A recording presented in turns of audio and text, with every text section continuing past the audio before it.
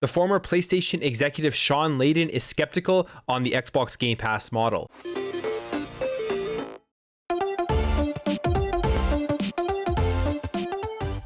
In an interview with GameIndustry.biz, Shawn Layden, the former PlayStation executive, was talking about the gaming industry right now and the subscription model, and how he did not believe that the subscription model is going to be sustainable in order to grow the console market. Now, Shawn Layden has recently been appointed to the Streamline Media Group's advisory board, and I didn't really know what Streamline Media Group was, but this is Streamline Media Group, and they were founded in 2001 in the Netherlands, and they're actually 5 brands. So All Pixels, Streamline Studios, Streamline Games, Day Zero, and Stream Frame. And they say here that they have evolved into a company that bridges media, entertainment, technology, and enterprise with video game technology and methodology. And it seems like they kind of just work on a bunch of different games. They work with AAA developers and they help create some of the games that are out there today. So we go to their portfolio and we can see some of the things they've worked on, like Little Nightmares 2, Oddworld Soulstorm.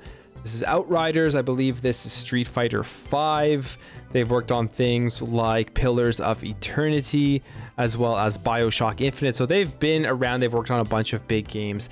And now Shawn Layden is a part of the advisory board. But he has some interesting things to say about the subscription model and thinking that they are not sustainable. And we have already seen that Xbox has proven that they are sustainable in terms of even already making money. This was from Phil Spencer talking on IGN's podcast Unlocked, I believe just at the end of June, and he revealed that Game Pass is already making money from subscriptions. So the fact that Game Pass last report had 18 million subscribers, we know it's going to be more than that now.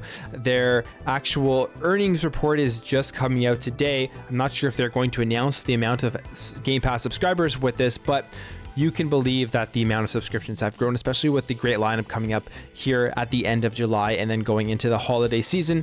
And Phil Spencer, unless he's lying here again, confirms that they're already making money through subscriptions. But let's see what Shawn Layden had to say. He says here it's very hard to launch a 120 million game on subscription service charging $9.99 a month. So $120 million. I wonder how much Halo Infinite's going to cost, how much Forza Horizon 5 costs. I'm sure it's probably somewhere in that realm. Then he says, you pencil it out, you're going to have 500 million subscribers before you start to recoup your investment. That's why right now you need to take a loss leading position to try and grow the base. But still, if you have only 250 million consoles out there, you're not going to get 500 million subscribers. So how do you circle that square? Nobody has figured that out yet.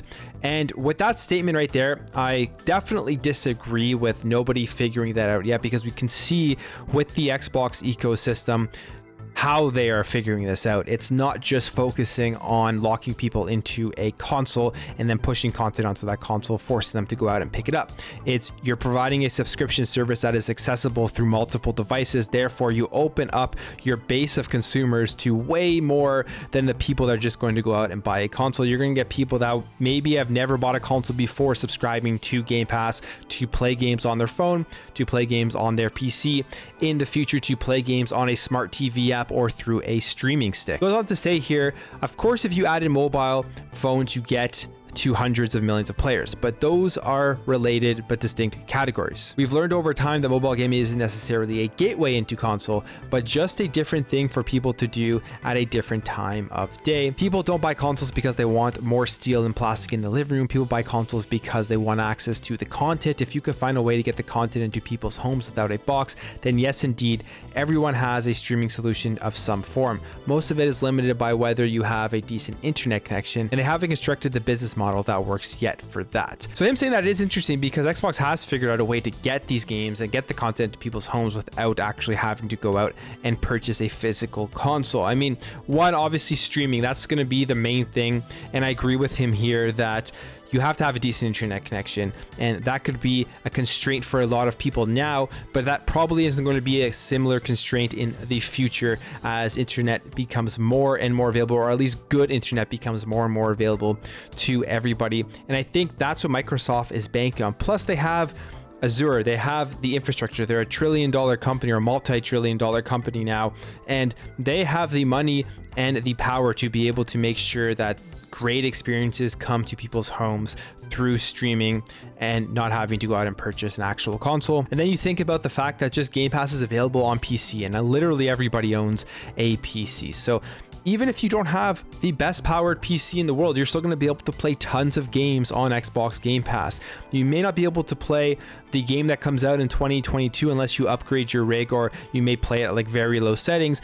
But in that case, you're still going to be able to access it through streaming if you don't have a strong enough computer. So I think the way Xbox is going is really the blueprint of what Shawn Layden is trying to get at here, that he says isn't viable, isn't sustainable. I think it is sustainable, and I think that with Xbox Game Pass and continuing to grow, continuing to offer more ways to access their content and play their content, we aren't going to have to really worry about developers having to increase their budgets and then increase the price of their games in order for people to play them on a locked ecosystem like PlayStation, where we're already seeing the prices of PlayStation games going up by $10. So I mean, his comments are somewhat confusing because obviously Microsoft and Xbox have a blueprint currently right now that is working, and I think that a lot of companies are going to be copying going forward.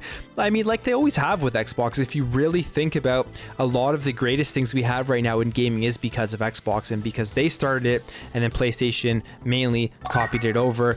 The big one being Xbox Live, friends list, achievements, all that kind of stuff. So people always seem to forget about that. These big game industry changing things, for a lot of us, the things that we enjoy today, the things that we take for granted, have started with the Xbox console.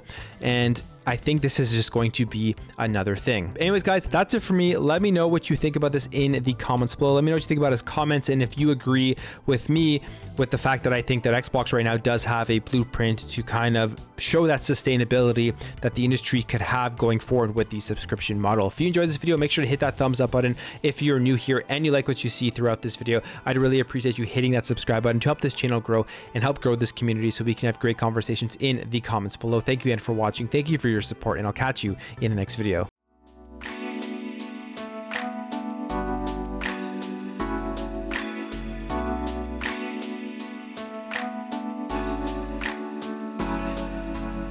We'll be right back.